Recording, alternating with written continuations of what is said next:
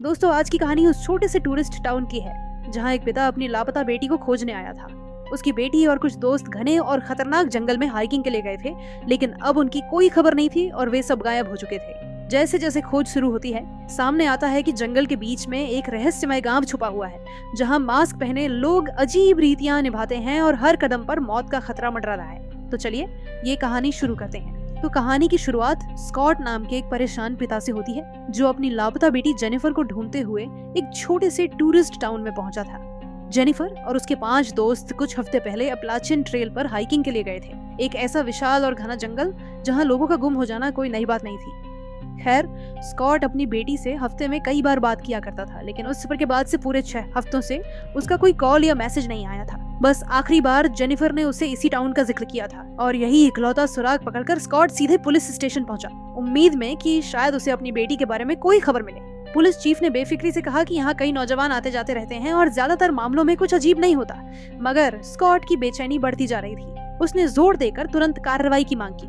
अंत में ऑफिसर ने मामला दर्ज करने का आश्वासन दिया और स्कॉट से रिपोर्ट पर साइन करवाए। इसके बाद स्कॉट खुद टाउन में घूमने लगा, उन सभी जगहों पर जहां उसकी बेटी गई हो सकती थी, लेकिन हर जगह वही जवाब मिला। किसी ने जेनिफर या उसके दोस्तों को नहीं देखा। गाड़ी चलाते हुए उसने महसूस किया कि टाउन के लोग उसे अजीब नजरों से देख रहे थे, जैसे वे कुछ छुपा रहे हों। फिर एक बार में उसकी मुलाकात रोड्स नाम के एक आदमी से हुई। स्कॉट ने उसे पूछा कि क्या उसने जेनिफर और उसके दोस्तों को देखा है। रोड्स ने बताया कि उसने उन्हें कुछ हफ्ते पहले देखा था। उसके मुताबिक वे लोग नॉर्थ की तरफ के खतरनाक ट्रेल में गए होंगे, और फिर उसने उसे चेतावनी दी कि शायद वे लोग जंगल में रास्ता भटक गए हों, या फिर उससे भी बुरा शायद जिंदा न हो। इसलिए रोड्स ने स्कॉट को उस इलाके में अकेले जाने से रोका, मानो वो किसी अनकही खतरे से उसे बचाना चाहता हो। अब सीन बदलकर कुछ हफ्ते पहले की है, जहाँ स्कॉट की बेटी जेनिफर अपने बॉयफ्रेंड डेरियस और दोस्तों के साथ उसी टाउन की ओर जा रही थी। वही जेनिफर के दोस्त थे एडम और उसकी गर्लफ्रेंड मिली, और दूसरा कपल लुइस और गैरी। कार में सब हंसते मुस्कुराते गाने बजाते सफर का मजा ले रहे थे। अचानक उनकी गाड़ी का टायर पंचर में। उन्होंने गाड़ी रोकी और टायर बदलने लगे, लेकिन उन्हें ये नहीं पता था कि घने जंगल की छाया में कोई उनकी हर हरकत को चुपचाप देख रहा था। थोड़ी देर बाद वे लोग रेनवुड टाउन पहुंचे और वहां के एक गेस्ट हाउस में कमरे किराए पर लिए। गेस्ट हाउस की ऑनर मिस एलन, जिन्हें शायद पहले से पता था कि ये सभी अपलाचियन ट्रेल पर जाने वाले हैं, तो उसने उन्हें एक सख्त चेतावनी दी कि जंगल में सिर्फ निशान वाली ट्रेल पर ही चलें और कभी भी उस रास्ते से बाहर न जाएं। अब सब रात को गेस्ट हाउस के बार में बैठकर पी रहे थे कि तभी रोड्स अपने कुछ दोस्तों के साथ उनके पास आया। उसने जेनिफर और उसके दोस्तों को अपलाचियन ट्रेल पर गाइड बनने की पेशकश की, लेकिन जेनिफर का बॉयफ्रेंड डेरियस ने तुरंत मना कर दिया। इस पर रोड्स ने हल्की मुस्कान के साथ कहा कि अगर उन्हें आगे कभी उसकी मदद चाहिए तो वो यहीं इसी बार में मिल जाएगा। ये सुनकर एडम ने रोड्स को शराबी समझकर उसका मजाक उड़ाया। रोड्स गुस्से में ताना मारते हुए बोला, ऐसे युवा ही दुनिया की परेशानी है जिन्हें मेहनत करना नहीं आता। जेनिफर को यह बात बुरी लगी, उसने भी उसे जवाब दिया। डेरियस क्लीन एनर्जी संगठन का लीडर है, मिली एक डॉक्टर है, एडम वेबसाइट डेवलपर है, और बाकी दोस्त न्यूयॉर्क में रेस्टोरेंट चलाते हैं। फिर जेनिफर ने रोड्स से पूछा कि वो खुद क्या करता है। रोड्स कुछ पल चुप रहा और बस इतना कहा, हम फिर मिलेंगे। बाहर से निकलने के बाद उन्होंने देखा कि कोई अजनबी उनकी कार के पास खड़ा था। ये देखकर एडम ने उसकी तरफ बोतल फेंक दी, जिसे अजनबी वहां से भाग गया। लेकिन उन्हें ये नहीं पता था कि यही एक छोटी सी गलती उनकी जिंदगी की सबसे बड़ी भूल साबित होने वाली थी। बाद में जेनिफर ने अपने पिता स्कॉट को रोज की तरफ फोन किया और फिर रात को वो डेरियस के साथ घपाघप करने लगी, लेकिन उन्हें ये बिल्कुल नहीं पता था कि किसी की निगाहें अभी भी चुपचाप उनके हर कदम पर लगी हुई थी। सुबह जेनिफर जॉगिंग के लिए बाहर निकली थी, तभी उसे रास्ते में एडिथ और उसकी बेटी रूथी मिली। रूथी जेनिफर को देखकर आरवी की तरफ दौड़ गई, और वहीं एडिथ हाथ से बने कुछ ब्रेसलेट बेच रही थी। उनमें से एक ब्रेसलेट कुछ अलग और खास लग रहा था, तो जेनिफर ने वो उसे खरीद लिया। कुछ देर बाद सभी दोस्त अपलाचियन ट्रेल पर निकल पड़े। वे नॉर्थ की तरफ के खतरनाक और सुनसान रास्ते पर जा रहे थे, लेकिन जंगल की सुंदरता देखकर सभी खुश थे। रास्ते में डेरियस ने बताया कि वो एक पुराना मिलिट्री फोर्ट ढूंढना चाहता है, जो जंगल के अंदर कहीं छिपा हुआ था। जेनिफर ने उसे मना किया और इनकीपर मिस एलन की चेतावनी याद दिलाई कि ट्रेल से बाहर कभी मत जाना, लेकिन डेरियस ने सबको मनाकर उन्हें फोर्ट की ओर जाने के लिए राजी कर लिया। वे लोग नए अज्ञात रास्ते पर चलते रहे और कई घंटे घूमते रहे। डेरियस ने पहले तो कहा कि मंजिल पास है, लेकिन थोड़ी देर बाद उसे एहसास हुआ कि वो रास्ता भूल गया है। उसने सबको कहा कि वे ट्रेल पर वापस लौट जाए और वो खुद ऊपर चढ़ाई करके रास्ता ढूंढने की कोशिश करेगा। लेकिन तभी अचानक एक भारी आवाज गूंज उठी और अगले ही पल एक बड़ा पेड़ का लॉग उनकी ओर लुढ़कता हुआ आया। ये देखकर सब डर के मारे भागने लगे। पेड़ों की जड़ों में फंसते गिरते हुए किसी तरह अपनी जान बचाने की कोशिश करने लगे, लेकिन दुर्भाग्यवश से गैरी उस पेड़ के नीचे दब गया और वहीं कुचल कर मारा गया। बाकी लोग घायल और डरे हुए थे। थोड़ी देर बाद उन्होंने खुद को संभाला और अपने दोस्त लुइस और गैरी को ढूंढने लगे। उन्हें लुइस दिखा, जो गैरी के लाश को देखकर बेहाल और रो रहा था। गुस्से में लुइस ने डेरियस को दोष देने की कोशिश की, लेकिन सबने उसे रोक लिया और उसे शांत किया। अब ग्रुप जल्दी से कोई सोल्यूशन ढूंढने की कोशिश कर रहा था कि तभी जेनिफर ने देखा कि कोई उन्हें पेड़ों के पीछे से देखा है। उसने ये बात डेरियस को बताई। डेरियस उस ओर देखने लगा, लेकिन वहाँ अब कोई नहीं था। अब सब लोग डरे और उदासी में थे। फिर उन्होंने मरे हुए गैरी के शरीर को अलविदा कहा और जेनिफर ने लुइस को भरोसा दिलाया कि उसके साथी को बाद में सही ढंग से सुरक्षित वापस लाया जाएगा।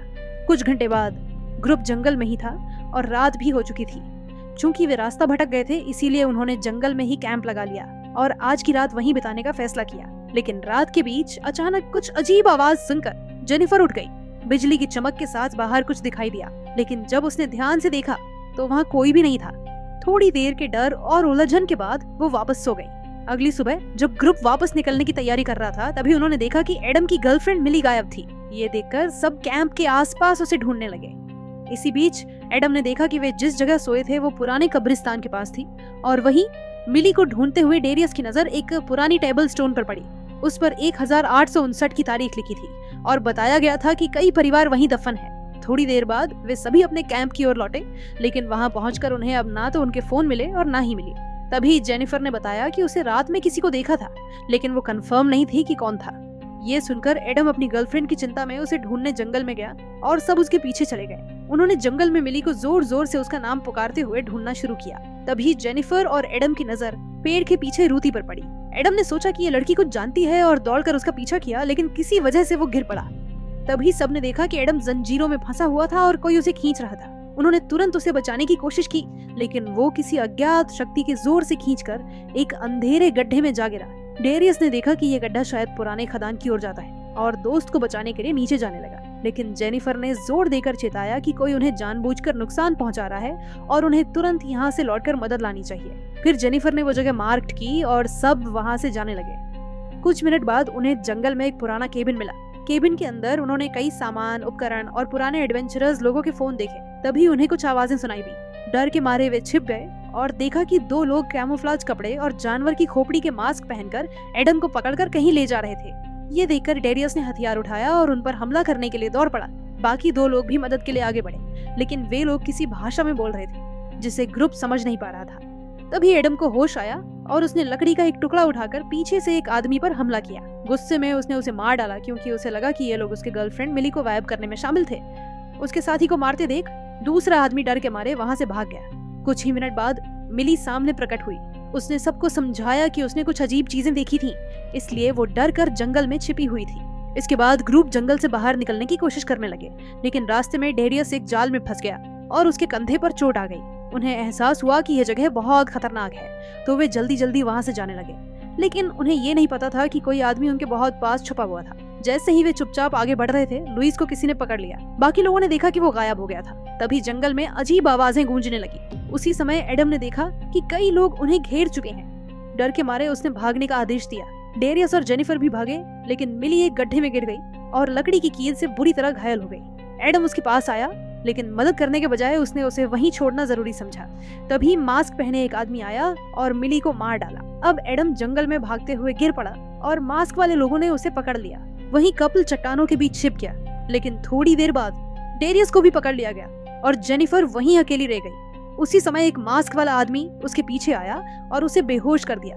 अब सीन कटकर स्कॉट के घर आता है। वो परिवार के साथ नाश्ता कर रहा था और सोच रहा था कि जेनिफर का कोई मैसेज क्यों नहीं आया। उसकी पत्नी ने कहा कि वो शायद बिजी होगी। इस पर स्कॉट ने जेनिफर के लिए वॉइसमेल छोड़ दिया, पूरी तरह अनजान कि उसकी बेटी के साथ कुछ भयानक हो चुका है। इसी बीच जेनिफर ने होश संभाला।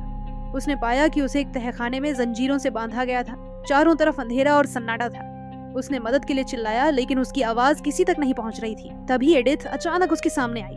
उसने धीरे से कहा, अगर तुम खाना और पानी चाहती हो तो चुप रहना होगा। जेनिफर की आंखों में आशा और डर का मिश्रण था। उसने रोते हुए अपने भाग्य पर भरोसा खो दिया, ये सोचकर कि उसके और उसके दोस्तों के साथ क्या भयानक होगा। कुछ देर बाद जेनिफर के लिए खाना और पानी नीचे की ओर भेजा और फिर एडिथ ने उसके लिए सीढ़ी नीचे की, जिससे जेनिफर बाहर आई। वहां उसने राहत की सांस ली। उसके दोस्त बाहर थे, लेकिन राहत ज्यादा देर तक टिक नहीं पाई। जल्दी ही सभी को हुड पहनाकर एक और जगह ले जाया गया। जेनिफर ने फैब्रिक के छोटे छेद से झांक कर देखा कि उन्हें जंगल के बीच छुपे एक रहस्यमय गांव में ले जाया जा रहा है। वहाँ लोग व्यस्त दिखाई दे रहे थे और मास्क पहने हुए गार्ड्स गांव की सुरक्षा कर रहे थे। फिर सभी को एक छोटे चैपल जैसी इमारत में ले गए। अंदर आते ही उन्हें घुटनों के बल बैठने का आदेश दिया गया। थोड़ी देर बाद उन्होंने इस गांव के रहस्यमय आदमी वेनबल से सामना किया। वेनबल, जो इस गांव का चीफ था, सीरियस आवाज में बोला, तुम्हारा फैसला जल्दी ही सुनाया जाएगा और तुम्हें तुम्हारे किए हुए कानूनी अपराधों के लिए जिम्मेदार ठहराया जाएगा। एडम और लुइस बोलने की कोशिश करते हैं, लेकिन उन्हें तुरंत रोक दिया जाता है और सिर्फ जेनिफर को ही बोलने की अनुमति दी जाती है। जेनिफर हिम्मत जुटाकर पूछती है, हमारा अपराध क्या है? वेनबल ने बिना कुछ कहे पास खड़े मॉर्गन की ओर इशारा किया। मॉर्गन का चेहरा सीरियस हो गया। वो धीरे धीरे बताने लगा, हमने तुम्हारे दोस्त को अपने जाल में बेहोश पाया था। हम तो बस उसकी मदद के लिए उसे उठाकर अपने गांव ला रहे थे, लेकिन तुम्हारे बाकी दोस्तों ने हम पर हमला कर दिया और उस हमले में मेरा अपना भाई मारा गया। जेनिफर ने कहा कि उन्हें नहीं पता था कि वे अच्छे लोग थे। एडिथ पूछती है कि क्या सच में एडम ने उसके भाई को मारा है? जेनिफर ने अपने दोस्त की सुरक्षा के लिए कहा कि उसने नहीं मारा। फिर वेनबल ने रूथी से पूछा, जो जंगल में उस वक्त घूम रही थी। उसने कहा कि हाँ, एडम ने मॉर्गन के भाई को मारा। जेनिफर ने बचाव में कहा कि एडम ने अपनी जान बचाने के लिए आत्मरक्षा में मारा, लेकिन चीफ ने एडम को दोषी ठहराया और उसे मार डालने की सजा दी। जब उसे ले जाकर सजा देने वाला था, एडम ने जंजीरों से खुद को तोड़ लिया और रूथी को पकड़कर आजादी की मांग की। वेनबल उसके पास आया और कहा कि अब उसे अपने अपराध की कीमत चुकानी होगी। एडम ने उसे गाली दी। तभी रूथी ने अपनी छोटी चाकू से उसके पैर में वार किया और अब वो मौत के लिए बन गया। और वहीं बाकी ग्रुप को झूठा गवाह साबित कर दिया गया और उन्हें अंधकार में रहने की सजा दी गई। फिर एडम को बांधकर सजा देने के लिए ले जाया गया। जब वेनबल ने पूछा कि सैमुअल की हत्या कैसे हुई, जेनिफर ने साहस जुटाकर मृतक के परिवार को सच बताया। वेनबल ने उसकी बात सुनकर एक मुद्रा अपनाई। फिर उसने लकड़ी के एक टुकड़े से उसी तरह प्रहार किया जैसे एडम ने मॉर्गन के भाई को मारा था। इसके बाद तीनों के आंखों पर पट्टी बांध दी गई और उन्हें अंधा बना देने की सजा सुनाई गई। सबसे पहले लुइस को अंधेरे वाले सेल में फेंक दिया गया। जेनिफर ने इस दृश्य को देखकर गहरी सांस ली और धीरे से बोली, हम शायद गांव के लिए कुछ काम आ सकते हैं। उसने अपना साहस जुटाते हुए कहा, डेरियस में ऐसे गुण हैं जो गांव की मदद कर सकते हैं और मैं स्वस्थ हूँ, मजबूत बच्चे पैदा कर सकती हूँ। इससे इस गांव की परंपरा जारी रहेगी। जेनिफर की यह बात सुनकर डेरियस के दिल में भारीपन छा गया। वो दुखी था, लेकिन उस वक्त वो जेनिफर को अपने बॉयफ्रेंड के रूप में पहचान नहीं सकता था। वेनबल ने पूछा कि क्या वे गांव के प्रति वफादार रहेंगे। जेनिफर और डेरियस ने हाँ कहा। वेनबल ने उनके जवाब सुनकर चेतावनी दी कि बिना मौत का सामना किए उनका कोई बचने का रास्ता नहीं है। फिर जेनिफर और उसके दोस्त मरे हुए लोगों के अंतिम संस्कार में शामिल हुए और धीरे धीरे उन्हें उस गांव का हिस्सा बनना पड़ा। इसके बाद जेनिफर को एक घर में ले जाया गया और उसे एक आदमी के हवाले किया गया। जल्दी ही उसने जान लिया कि वो आदमी कोई और नहीं बल्कि वेनबल था, गांव का चीफ और बिना पत्नी वाला। जेनिफर ने अपनी समझदारी से उसकी इच्छा का सम्मान किया और झूठ बोलकर सहयोग दिया ताकि उसकी जान और उसके दोस्तों की सुरक्षा बनी रहे। प्रेजेंट टाइम में स्कॉट अभी भी अपनी बेटी की तलाश में था और उस टाउन में रुका हुआ था। रात के खाने के समय मिस एलन उसके पास आई और उसे बातचीत करने लगी। फिर उसने सच कबूल किया कि उसने उसकी बेटी और उसके दोस्तों को देखा था और बताने लगी कि उसने नौजवानों को ट्रेल पर रहने की चेतावनी दी थी, लेकिन ये नहीं बताया कि जंगल के अंदर लोग रहते हैं। स्कॉट ने पूछा कि ये लोग कौन हैं। एलन ने कहा कि इन्हें फाउंडर्स कहा जाता है, लेकिन कोई नहीं जानता कि वे कौन हैं और क्या करते हैं। वो बताती है कि सालों पहले कई परिवार दुनिया के सामने मरे हुए बोलकर जंगल में रहने चले गए थे क्योंकि वे टेक्नोलॉजी से हुए विनाश से डरते थे। वे अपने जीवन को बचाना चाहते थे और मानते थे कि आज का समाज कभी भी खत्म हो जाएगा और आगे जाके उनका तरीका नए राष्ट्र के निर्माण में आधार बनेगा। एलन आगे बताती है कि वे गांव वालों को परेशान नहीं करते और केवल अपने इलाके में रहते हैं, लेकिन एक चेतावनी दी कि अगर लोग मार्ग ट्रेल से बाहर गए तो वे कभी वापस नहीं लौटेंगे। स्कॉट पूछता है कि क्यों कोई कुछ नहीं करता या अधिकारी को सूचना नहीं देता। एलन कहती है कि वे इस झमेले में शामिल होकर परेशानी नहीं चाहते। फिर एलन वहाँ से चली जाती है और वही रोड्स बहुत ध्यान से स्कॉट को देख रहा था। बाहर से निकलते ही स्कॉट रोड्स के गुंडों द्वारा घेर लिया गया। वे उसे धमका रहे थे कि वो अपनी बेटी की खोज बंद कर दे क्योंकि उनका कहना था कि जेनिफर मर चुकी होगी। तभी सड़क पर एक पुलिस कार गुजरी, लेकिन जैसे ही पुलिस चीफ ने स्कॉट और गुंडों को देखा, उसने बस एक नजर डाली और आगे कुछ नहीं किया, जैसे सब कुछ उसके सामने सही ही हो रहा हो। फिर स्कॉट को बेरहमी से पीटा गया, जिससे वो बेहोश हो गया। अगले दिन स्कॉट की हिम्मत फिर भी कम नहीं हुई। उसने ठान लिया कि चाहे एलन कुछ भी कहे, वह जंगल में जाकर जेनिफर को ढूंढेगा। उसकी यह दृढ़ता देखकर एलन घबराई। उसकी जान की चिंता उसे रोक नहीं पाई, लेकिन उसने मदद करने का फैसला किया। उसने स्कॉट को उस इलाके के जानकार शिकारी के पास ले गई। फिर स्कॉट की मुलाकात शिकारी से हुई जो एलन का भतीजा था। शिकारी मदद करने को तैयार था, लेकिन उसने पैसे मांगे ताकि वो अपने छोटे बेटे को इस खतरनाक इलाके से सुरक्षित निकाल सके। स्कॉट ने नए उपकरण लिए और फिर शिकारी हुए उसका साथी के साथ जंगल में प्रवेश किया। शिकारी हर कदम पर सतर्क रहा, उन्हें जाल और छिपे हुए खतरों से बचाता रहा। लेकिन आगे चलते हुए शिकारी का साथी एक जाल में गिर गया। जैसे ही स्कॉट और शिकारियों से बचाने आए, ऊपर से एक घातक जाल अचानक सक्रिय हो गया। भयानक हादसे में शिकारी और उसका साथी वहीं मारे गए। केवल स्कॉट ही किसी तरह अपने आप को बचा सका। फिर स्कॉट ने शिकारी की बंदूक ली और अकेले पहाड़ की ओर बढ़ गया।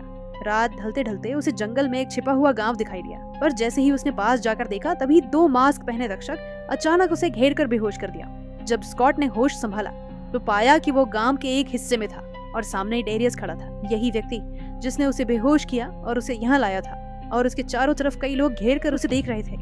स्कॉट ने तुरंत हथियार निकाल लिया, डरते हुए कि कोई हमला कर सकता है। लेकिन तभी दूर से किसी ने उसके हाथ में तीर मार दिया और उसे हथियार से वंचित कर दिया। और तभी जेनिफर उसके सामने आई। उसने बताया कि अब वो और डेरियस उसे नहीं पहचानते और वो अब इस गांव की एक योद्धा बन चुकी है। तभी वेनेबल स्कॉट के सामने आया। स्कॉट ने पूछा, तुमने जेनिफर के साथ क्या किया? लेकिन वेनेबल ने क्रूरता से कहा, जो महिला तुम्हारे सामने है वो अब तुम्हारी बेटी नहीं बल्कि मेरी पत्नी है। फिर उसने भयावह अंदाज में चेतावनी दी, और तुम्हारी मौत सुबह तक तय है। तुम्हारा केवल ये अपराध है कि तुम इस गांव में घुस आए। थोड़ी देर बाद जेनिफर ने मौका पाकर अपने पिता को आजाद किया। असल में वह अब तक केवल दिखावा कर रही थी। उसका उद्देश्य हमेशा से ही फाउंडर से बचना था। इसके बाद वे डेरियस के घर गए और उसे अपने साथ चलने को कहा, लेकिन डेरियस ने कहा कि यही अब उसका घर है और उनके साथ जाने के लिए इनकार कर दिया।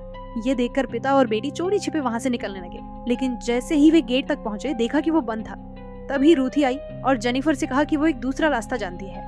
रूथी ने उन्हें अंधेरे से भरे एक सेल तक पहुंचाया और बताया कि वहीं से हॉल के नीचे एक सुरक्षित रास्ता है। फिर उसने मुस्कुराते हुए अलविदा कहा और वहां से चली गई। वे दोनों अंधेरे सेल के अंदर रास्ता ढूंढ रहे थे कि तभी अचानक मॉर्गन घायल महिला को लेकर उनके सामने आया। उसे देखकर जेनिफर ने डर के मारे उसे मार दिया और पिता के साथ अंधेरे सेल में घुस गई। वहां सजा पाए और अंधे बनाए गए कैदी अभी भी जीवित थे, और वही जेनिफर ने अपने पुराने दोस्त लुइस को पाया और दुख के मारे उसकी सहनशीलता खत्म कर दी। कुछ देर बाद उन्होंने बाहर का रास्ता देखा, लेकिन छोटे गहरे गड्ढों और कई सुरंगों ने रास्ता चुनौतीपूर्ण बना दिया। तभी अचानक एडिथ ने उन पर हमला किया, लेकिन जेनिफर ने उसे और खुद को गड्ढे में गिरा दिया, जिससे एडिथ बेहोश हो गई। जब जेनिफर रास्ता ढूंढ रही थी, तभी अचानक एक और आदमी ने उस पर हमला कर दिया, लेकिन जेनिफर ने बिना हिचकिचाए तुरंत प्रतिक्रिया दी और अपने चाकू से उसे मार गिराया। स्कॉट ने अपनी बेटी को ढूंढ लिया और उसे जोर से गले लगा लिया, लेकिन खतरा अभी खत्म नहीं हुआ। वे अभी भी शिकार किए जा रहे थे और अब स्कॉट के पास गोली नहीं बची थी, इसलिए जेनिफर ने 2 तेज और सटीक तीरों से अपने दुश्मनों को रोक दिया। फिर दोनों जंगल की ओर भाग पड़े। कुछ देर बाद रोड्स के लोग उन्हें घेर चुके थे। अब बाप बेटी को लगा कि अब उनका अंत आ गया है, लेकिन रोड्स ने उन्हें समझाया कि उसने उस दिन स्कॉट को बचाने की कोशिश की थी, क्योंकि उस वक्त गांव के लोग उन्हें देख रहे थे। तभी अचानक हमला हुआ, जिससे जेनिफर घायल हो गई। ये देखकर स्कॉट ने तुरंत अपनी कुल्हाड़ी उठाई और एक दुश्मन को मार गिराया। फिर वे दोनों गाड़ी की तरफ भागे, लेकिन वहीं रोड्स ने मोलोटोव कॉकटेल फेंका। आग और खतरे के बीच उन्होंने साहस दिखाया और आखिर में उस खतरनाक जंगल से सफलतापूर्वक भाग निकले। कुछ महीनों बाद उनका जीवन फिर से खुशहाल हो गया, लेकिन एक दिन जेनिफर अपने काम से घर लौटी और देखा कि वहाँ वेनेबल, रूथी और फाउंडर्स के कुछ लोग मौजूद थे। वेनेबल ने उसे गर्भवती देखकर बधाई दी। अब जेनिफर को समझ आ गया कि वेनेबल उसके परिवार को मारकर उसे यहाँ से जबरदस्ती ले जाना चाहता है, इसलिए उसने अपने परिवार की सुरक्षा के लिए समझौता किया। उसने वेनेबल से कहा कि वो उसके साथ जाएगी, लेकिन बदले में स्कॉट और उसके परिवार को सुरक्षित छोड़ना होगा। वेनेबल ने उसकी शर्त मान ली। इसके बाद तीनों घर से बाहर निकले। जेनिफर अपने खतरनाक जीवन की ओर बढ़ रही थी, लेकिन उसके अंदर की योद्धा अभी भी जिंदा थी। अंत में उसने अपनी पूरी ताकत और कौशल का इस्तेमाल करते हुए अपने दुश्मनों को मार गिराया। फिर उसने रूथी को अपने साथ लिया और अब दोनों शांति और सुरक्षा के साथ अपने नए जीवन की तैयारी करने लगे। और इसी के साथ ये मूवी यही खत्म होती है। अगर आपको एक्सप्लेनेशन अच्छा लगा हो तो वीडियो को लाइक और कमेंट जरूर करें। ऐसी ही और मजेदार और अनोखी कहानियों के लिए चैनल को सब्सक्राइब करना ना भूलें।